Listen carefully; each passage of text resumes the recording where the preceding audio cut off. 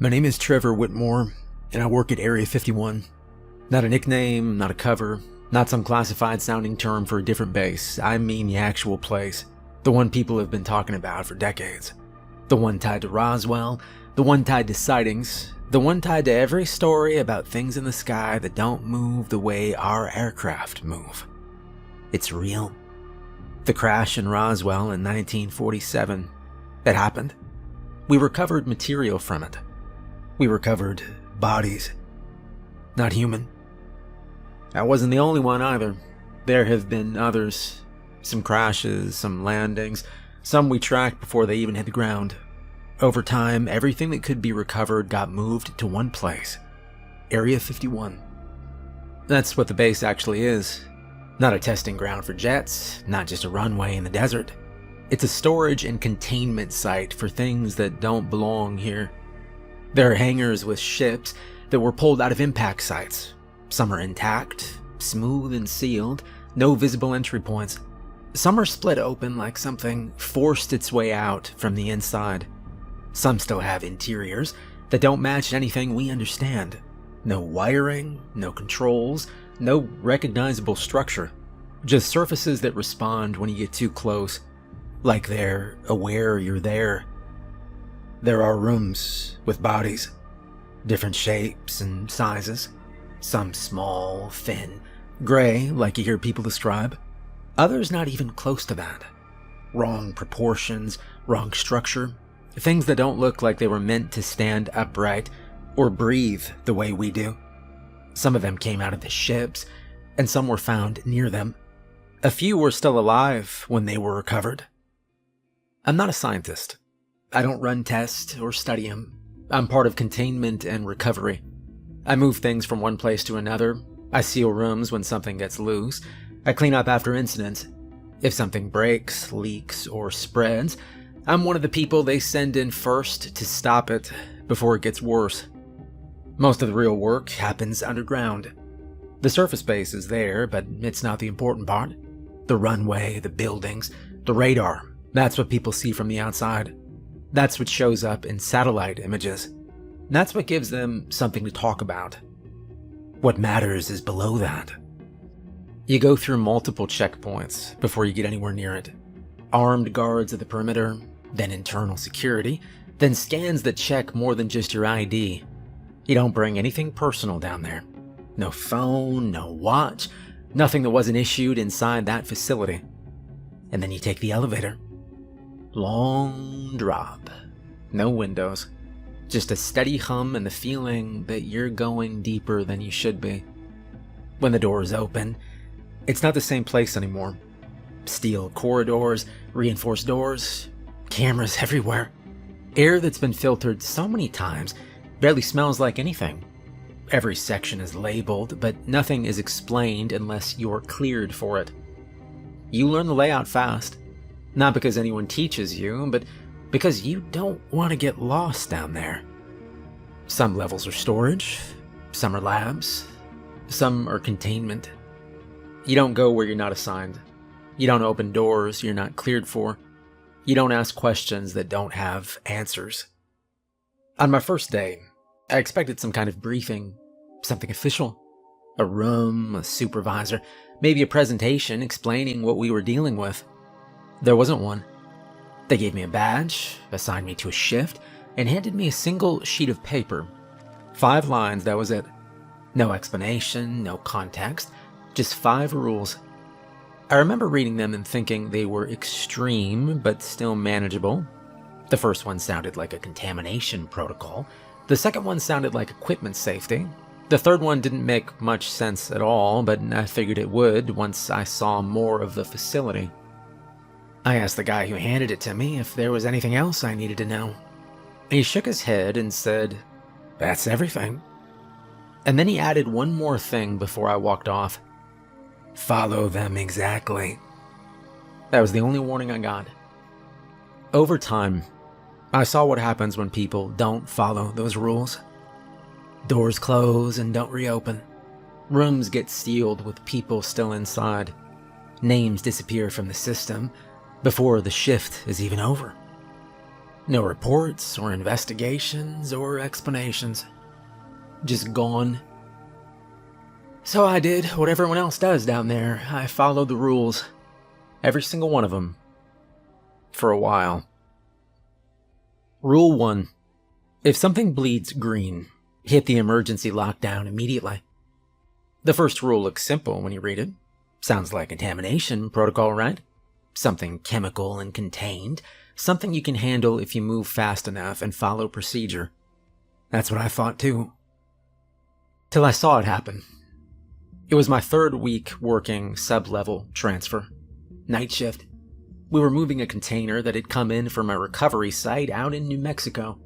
Didn't get the full details. Nobody ever does. But I heard enough from the guys above ground to know it wasn't just debris.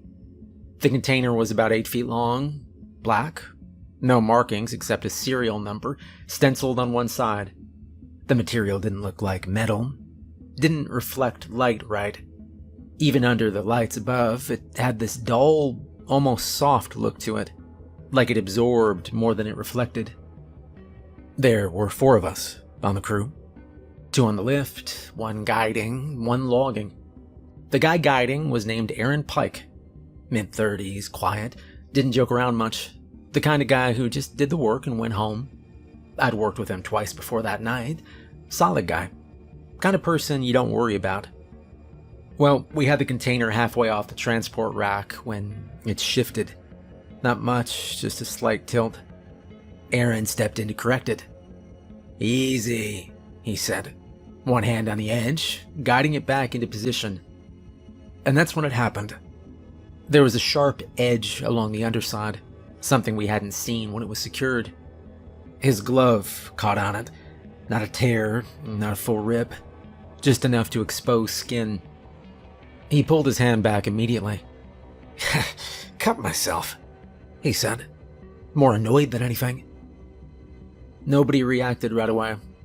Minor cuts happen all the time down there. Sharp edges, broken material, things that don't behave the way they should. It's part of the job. And then he looked at his hand, and everything stopped. At first I thought it was the lighting. The overheads in that corridor, they flicker sometimes and certain surfaces look off under them. But this wasn't that. It was his blood. Thick, dark, green. It ran slow down his fingers, heavier than normal, almost like oil. Nobody spoke. Aaron just stared at it. "That's not right," he said. And that was the moment. That was the exact moment the rule kicked in. I didn't think about it or hesitate. I turned and hit the emergency lockdown switch on the wall.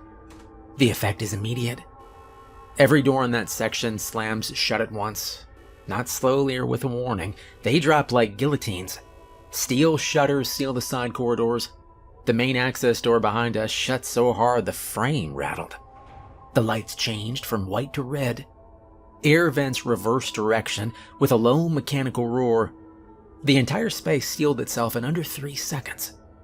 The other 2 guys backed away from Aaron without being told. He didn't move. He was still staring at his hand. "Hey," one of them said. "Hey, we're good, just stay there." Aaron looked up, and something was already off.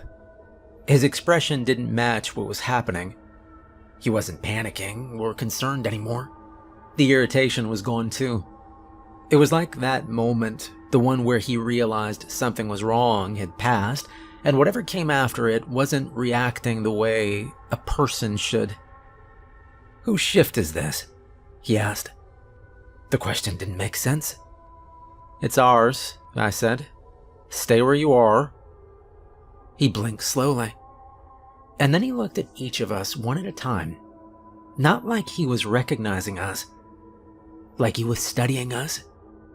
"Names," he said. "What?" "Your names," he repeated. Nobody answered him. The blood kept running down his hand, thick drops hitting the floor. He tilted his head slightly, and then he smiled. It didn't match his face. It came too late, like it'd been added on after the fact. And that's when the second part of the rule becomes obvious. You don't try to help. You don't get closer. You don't ask what's wrong. You just wait. Security got there in under a minute. You hear them before you see them. Boots, fast controlled, no shouting or confusion. The door opened just enough to let them in, and then sealed again behind them. 2 of them. Full gear, weapons already up. They didn't ask questions, or assess, or hesitate. Aaron turned toward them as they entered, and for a second I thought he was going to say something. Instead, he moved fast, faster than he should have been able to. He crossed half the distance between them in a step and a half, like his body skipped something in between. They fired immediately. 2 shots, center mass, and he dropped. Just like that. No struggle, no second attempt to get up, just down. The blood that pooled under him wasn't red. It spread out across the concrete in that same thick, dark green. The room stayed sealed for another 15 minutes. Nobody spoke or moved. The security team checked the body, confirmed the kill, and signaled for cleanup. When the doors finally opened again, it was like nothing had happened.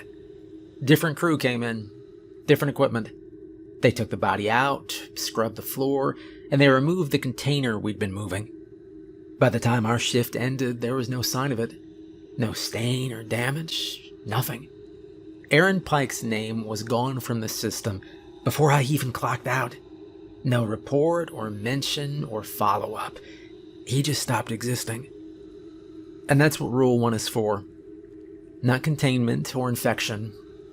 Replacement. And if you see it start, you don't wait to figure it out. You lock everything down immediately. Rule 2. Never step inside a recovered ship after it powers on by itself. Most of the ships don't do anything. They sit where we put them. Cold, silent, no lights, no movement, no response. You can walk around them, scan them, even touch the surface in some cases, and they don't react. That's how they like to present it. Like they're dead machines. Like they're safe, as long as they're contained. But that's not always true. Some of them wake up. Not often, not on a schedule, no warning, no pattern we've been able to track. They just turn on. The first time I saw it happen was in Hangar 3. That hangar, it's one of the largest ones underground. High ceiling, reinforced supports, enough space to store a full craft without breaking it down. The one in there had been sitting for years, from what I was told. No activity or response. Just another object on inventory. It didn't look like a classic saucer. More like a flattened oval. Smooth surface, dull gray, no seams. About 30 feet across at its widest point, maybe 10 feet tall in the center, I'm not sure. No visible entrance, no markings. We were doing routine checks, power systems, structural scans, making sure nothing had degraded or shifted. Standard stuff. There were 5 of us in the hangar. Myself, a guy named Louis Calderon, 2 techs on instruments, and his supervisor overseeing the scan. Everything was normal. And then the lights inside the ship turned on. There was no sound or build-up or flicker. Just on. A soft blue glow came through the surface, like the material itself was lighting up from within. Not bright enough to fill the hangar, but enough that you could see something had changed. Everyone stopped. The supervisor said, "Hold position." Nobody moved. The glow pulsed once, slow, then again. Louis took a step closer. "Don't," I said. He didn't stop. Curiosity gets people down there, even the ones who know better. You work around something long enough, you start thinking that you understand it. You start thinking it's just another object. It's not. Louis walked right up to the side of the craft. There was an opening now that hadn't been there before. A seam had split along the surface, smooth edges parting without any mechanical movement. No hinges or sliding panels. It was just open. Inside was more of that same blue light. No shadows or visible structure, just space. Lewis leaned forward slightly. "Looks empty," he said. And then he stepped inside. The second his foot crossed the threshold, the opening closed behind him. "Lewis," one of the techs said, stepping forward. We could still see him. The surface of the craft wasn't fully opaque anymore. From certain angles, you could see through it slightly, like looking through tinted glass. Lewis was standing about 10 feet inside. He turned slowly, looking around. "You seeing this? They're here," he said. There was nothing there. From where we stood, the interior looked empty. Just that same blue glow on a smooth floor that didn't reflect anything. Lewis lifted his hand, like he was greeting someone. "They're not," he started, but then stopped. His head tilted slightly, like he was listening. Then he nodded. "Okay," he said quietly. "Lewis, come back," I said. He didn't turn toward me. He started walking deeper inside. Slowly at first, then more confident, like he knew exactly where he was going. "Cut the power," the supervisor said. One of the techs moved to the control panel and shut down the external feed. But nothing changed. The glow stayed on. Lewis kept walking. He reached out with one hand into empty space, like he was about to touch something. And then he was gone. He wasn't there anymore. One second he was visible, and the next there was nothing. The interior of the craft stayed lit for another 5 seconds, and then the light shut off. The surface went solid again. The opening reappeared. The supervisor waited a full 10 seconds before giving the order. "Open it." The seam split again. We all stayed where we were. No one stepped forward this time. Security arrived within minutes, and they went in as a team, full gear, weapons ready. They searched the interior for over an hour, and there was nothing inside. No Lewis, no trace of him, no residue, no disturbance, nothing. Just smooth surfaces and empty space. They scanned the entire craft again, no readings or anomalies. Nothing that explained what we saw. Lewis's badge was deactivated before the shift ended. His name was gone from the roster by the next day. No report or investigation. No one asked us to explain what happened. We were just reassigned to a different hangar. The ship in Hangar 3 hasn't powered on again since. Or at least not while I've been there. And that's rule 2. You don't step inside. Doesn't matter what you think you see, or if it looks empty, or if it looks safe. Because if it turns on by itself, it's ready to take you. Rule 3. If you see black liquid in the hallway, spray it with a fire extinguisher and call for help immediately. On April 18th, 1953, a reporter named Neil Varden out of Albuquerque wrote a short piece about a crash site west of Socorro. It never ran the way he wrote it. The version that made print was cleaned up so badly it barely said anything at all. Just a line about military wreckage being removed from federal land after a fire. That wasn't what Varden filed. The original report, the one we were shown years later in a sealed training room with no copies allowed, described a circular impact trench, scorched sagebrush, 3 burned men in military uniforms, and a black substance oozing in ribbons from a split in the wreckage. He wrote that one of the responders tried to kick the material off his boot, and the sole began to smoke. Another man leaned in too close and took the spray of it across his sleeve and neck. Varden said that the man screamed once, dropped to both knees, and never got up again. By the time the trucks arrived, the black material had spread under the wreck like tar under heat. The article ended with a line the government made sure nobody ever read. The thing in the crater was not burning. It was making fire.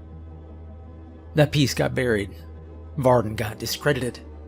The negatives disappeared. The crater was flattened. The wreckage was moved, and so was the black material. We still have some of it. That's what Rule 3 is about. Now, when people hear alien, they think bodies first. Gray skin, big eyes, weird hands. And that stuff exists, sure. We've got specimens, partials, things in tanks, things in freezers, things I was told never to stare at too long, even when they're dead. But the ships are worse. Because sometimes what comes out of them isn't a pilot. It's residue. It's fuel. It's waste. It's some part of their systems we still don't understand. And in the case of the black liquid, nobody down there agrees on what it actually is. One lab called it a coolant. Another called it a growth medium. One of the older recovery men told me they used to think it was alive, and one of the scientists corrected him and said, "No, alive is much simpler." Whatever it is, it doesn't stay where you put it. The first time I saw it, I thought somebody had spilled oil. It was late, around 2 in the morning, end of shift stretch, when everybody's tired and the whole facility feels thinner somehow. The corridor I was in connected Storage C to a maintenance junction near Sublevel 2.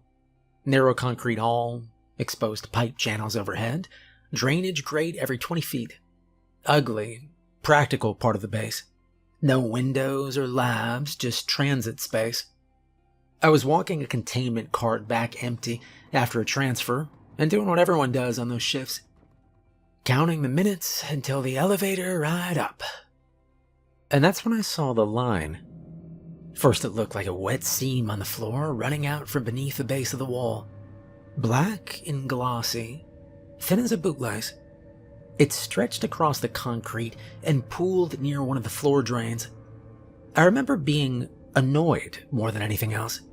The cleanup crews get sloppy on overnight rotation, and if somebody had tracked hydraulic fluid into a hot corridor, that was gonna turn into paperwork. I rolled the cart closer, and then the line moved. I stopped the cart right there. The black strip quivered once, then spread another inch toward the grate.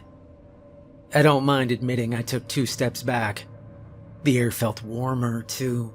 Not oven hot, not yet, but warm in a way a concrete hallway shouldn't feel at 2 in the morning. Dry, metallic heat. That's the thing nobody tells you until after your first incident with it. The liquid doesn't just react to heat, it makes it. Well, I dropped the cart handle and went for the extinguisher mounted on the wall. Every corridor in that section has one. White cylinder, red handle, inspection tag clipped to the neck.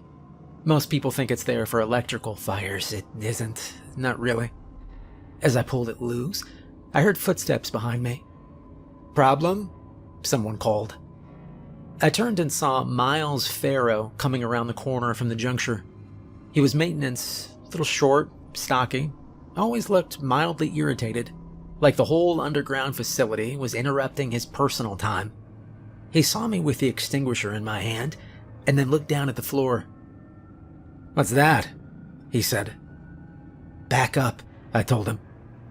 He frowned and took 2 steps closer instead. The black liquid had reached the grate now. It spread across the steel bars and hung there for a second, as if testing them. And then I heard the sound. A tiny hiss, just one. A thread of pale smoke rose off the metal. Miles saw it too. That's when the line feeding the main pool twitched, and another ribbon of the liquid pushed out from the base of the wall. I could actually see it feeding itself now, more of it sliding free from some seam behind the concrete panel, gathering into a thicker body on the floor. I pulled the pin on the extinguisher and sprayed. The blast hit the liquid with a hard white plume, and for half a second I thought it wasn't doing anything. But then the front edge stopped moving. The glossy surface dulled. The stuff seemed to contract in on itself, not fully freezing, but thickening. The way grease hardens in cold air. The hiss faded. "Call it in now," I said. He should have run back to the wall phone. Should have hit the emergency station and reported exactly what he saw. But instead, the idiot leaned in. Not all the way, just enough to get a closer look. People do that. Even here. Curiosity again. Same thing that gets them with the ships. Well, the black mass on the floor looked inert for maybe 3 seconds after I hit it, and then the part closest to the grate found a little patch I'd missed with the spray. It was no bigger than a coin. That was enough. The surface there turned glossy again, and the grate popped. One sharp metallic crack as one of the steel bars warped upward from the heat. Miles jumped back and swore. The black liquid pushed into the opening under the bent bar and disappeared for an instant into the drain channel below. And that was very bad, because once it gets into metal housing or enclosed pipe space, it heats faster. Something about confinement helps it build pressure. I don't know why. I only know what happens next. The drain beneath us started ticking. Fast little metal ticks like a cooling engine, but in reverse, getting louder and more frantic. Heat began rolling up through the grate in waves, and the concrete around it darkened. I shouted to move, and this time Miles listened. We both backed hard down the corridor just as steam punched out of the drain slit in a white burst. A second later came a deep thrum from inside the wall to our left. Not a full detonation, more like a heavy pipe being kicked from the inside. I kept spraying the floor while I retreated, laying a wider cloud over the main spread. That slowed the body on the concrete, but the part that had slipped beneath the grate was already somewhere we couldn't reach. And then the pipe burst. It happened 20 feet down the corridor, where a vertical channel ran from the overhead system into the wall. The metal cover bulged outward once and split open with a blast of steam and black spray. Miles took the edge of it across his left side before he could duck away. He screamed and hit the floor. The spray on him didn't look dramatic at first. It's not movie acid where flesh melts off bone in a second. It's more like the stuff decides where the heat should be, and then puts it there all at once. His coverall darkened where the black liquid struck it, and the smoke started rising off the fabric. His left sleeve caught first. Not fire exactly, more like glowing. A dull orange spread under the cloth, and he started batting at it in a blind panic. I dropped the extinguisher on the floor and dragged him by the collar. He was still screaming. I got him maybe 10 feet down the hall and hit his arm and side with the extinguisher plume as hard as I could. The white cloud covered him, the floor, the wall behind it. That stopped the spread on the fabric, but not before the outer layer of his sleeve had burned through and fused in spots to the skin underneath. The emergency shutters dropped a second later. The whole corridor locked down with that same brutal steel slam I'd heard during Rule 1. Red lights came on. Somewhere overhead, a horn started pulsing. 3 short blasts. Pause. 3 blasts again. Help was finally on the way. Miles rolled onto his back, gasping, clutching at his side. I could smell cooked fabric, scorched insulation, and something sweet underneath it that I don't like remembering too clearly. The black spray coming from the ruptured wall channel had slowed by then. The corridor was cold white with extinguisher dust. That probably kept the breach from becoming a full spread. If the liquid had gotten into both wall channels or reached the main overhead pipe run, it could have burned through half that level before they got a team in there. That's the other thing they teach you later. The fire extinguishers, they're not for putting it out, but they buy time. The containment team came in wearing heat gear and sealed masks. 4 of them. 2 with extinguishers, 1 with a foam cannon, 1 with a long insulated probe unit. They moved like they drilled it 100 times, and maybe they had. They didn't talk to us much. One man checked Miles, looked at his burns, and dragged him toward the mid side of the corridor. The others hit the rupture point with more suppressant and then opened a steel maintenance panel lower in the wall. I saw what was left of the liquid inside for maybe half a second. I spent the next 4 hours in decon and interview. Same questions over and over. Where did you first see it? How much was there? Did it contact your skin? Did it speak? Miles survived, if you're wondering. Barely. I saw him once after that, in the medical section, bandaged from elbow to hip on one side. He looked 20 years older. Didn't say much. Just stared at the wall while a nurse changed out one of the wraps. I heard later that they pulled him off active rotation and moved him somewhere internal, where he wouldn't have to walk transfer corridors again. Maybe that was a mercy. Maybe it was housekeeping. Either way, he never came back to our level again. Rule 4. A cut or scratch from an alien results in immediate termination. We were in Transit Corridor D. Nothing special about that hallway. Concrete walls, overhead piping, graded floor sections every few yards. It connects 2 containment wings and a storage junction, so you pass through it a lot on night shift. It's quiet most of the time. No lab work or active rooms, just movement from one place to another. It was late. End of shift. Me and Johnny were heading back from a transfer job, empty cart between us, just pushing it along and talking. Not about anything important, just normal conversation. That's how you keep your head straight down there. You talk about normal things like you're not surrounded by any of it. Johnny was ahead of me, one hand on the cart, walking backward for a second while he said something I don't even remember now. And then we both heard it. A sound in the vents. Sharp and fast. We both stopped at the same time. Johnny turned first, looking up toward the vent line that ran along the ceiling. It came again, closer. Not a rat, not anything small like that. We didn't say anything, but we both knew what it meant. Movement where there shouldn't be movement. The vent cover about 10 feet ahead of us rattled once, and then it blew outward. The metal plate hit the floor hard, and something came through it with it. Small and fast. It hit the ground on all fours and snapped its head toward us. Its eyes locked onto me. Not Johnny, me. And it moved. I didn't have time to react. It covered the distance in a second, straight at me. Low to the ground, fast enough that it blurred. Johnny moved first. He didn't hesitate. He stepped into it and he shoved me hard to the side. I went down against the wall, shoulder slamming into concrete. The thing hit where I'd been, except now Johnny was there. It lashed out once as it passed him, quick and clean. A single tiny strike across his forearm. And then it was already moving again. Down the corridor, gone in seconds. I pushed myself up immediately. "Johnny," I said.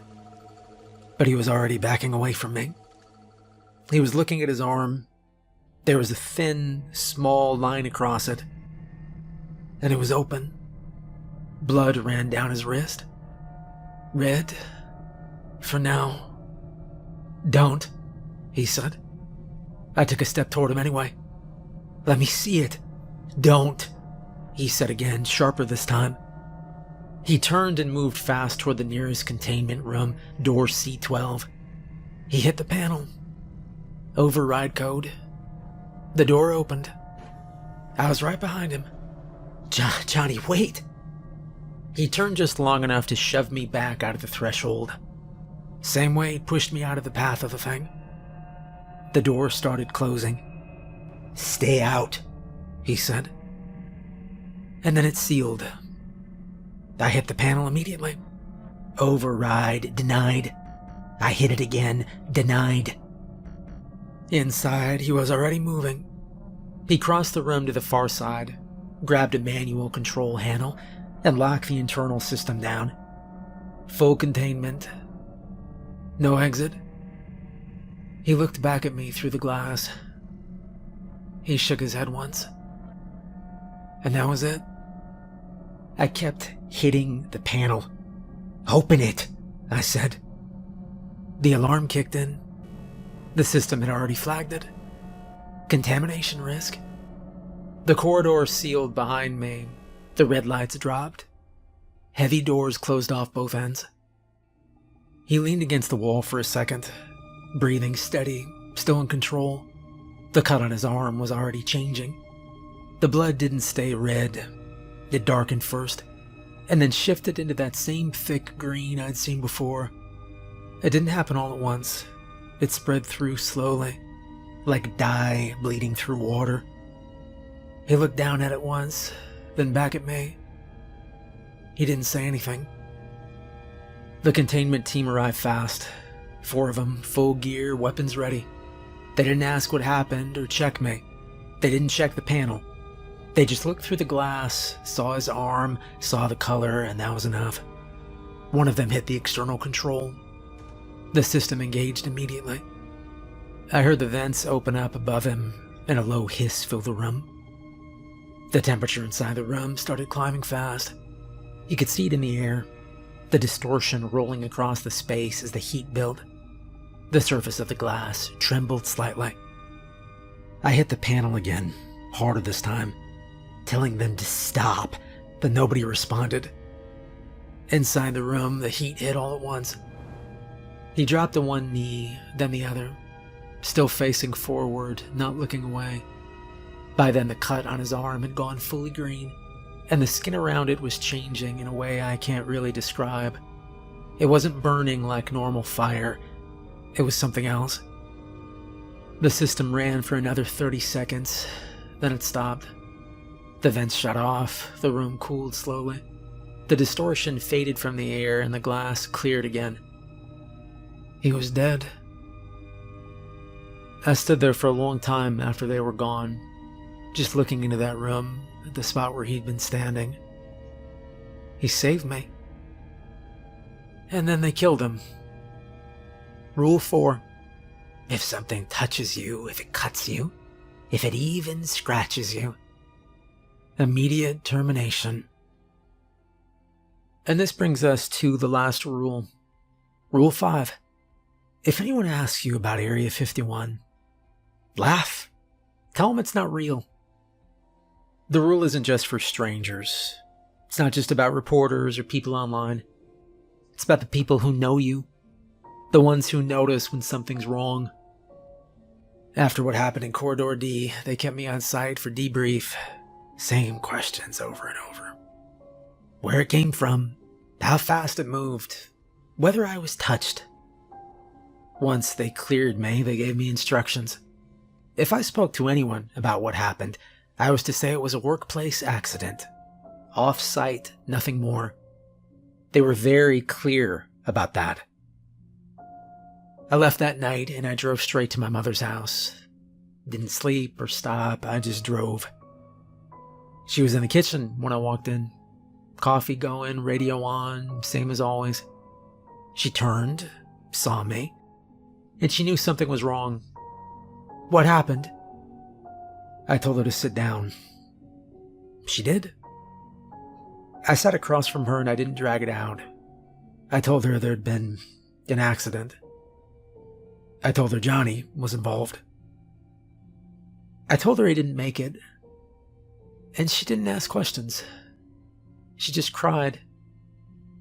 After a minute, she wiped her face and asked when it happened.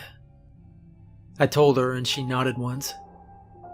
And then we sat there in silence. I couldn't look her in the eyes. I went back to work the next day, and his name was gone. No file or shift log. No record he'd ever been there. You know, he worked there 15 years. I asked his supervisor about it. He didn't even look up at me. You handled it correctly, he said. That was the answer. Later, management sat me down and repeated the instructions. Car accident. No details. Repeat it if anyone asks. And I did, for a while. I said what they told me to say. But I am done with that now. Because Johnny wasn't just a coworker. He was my little brother. And I'm not lying about this place anymore. I'm not following Rule 5 anymore. I don't care what happens to me. I'm gonna tell my mother the truth. I'm gonna tell everyone the truth.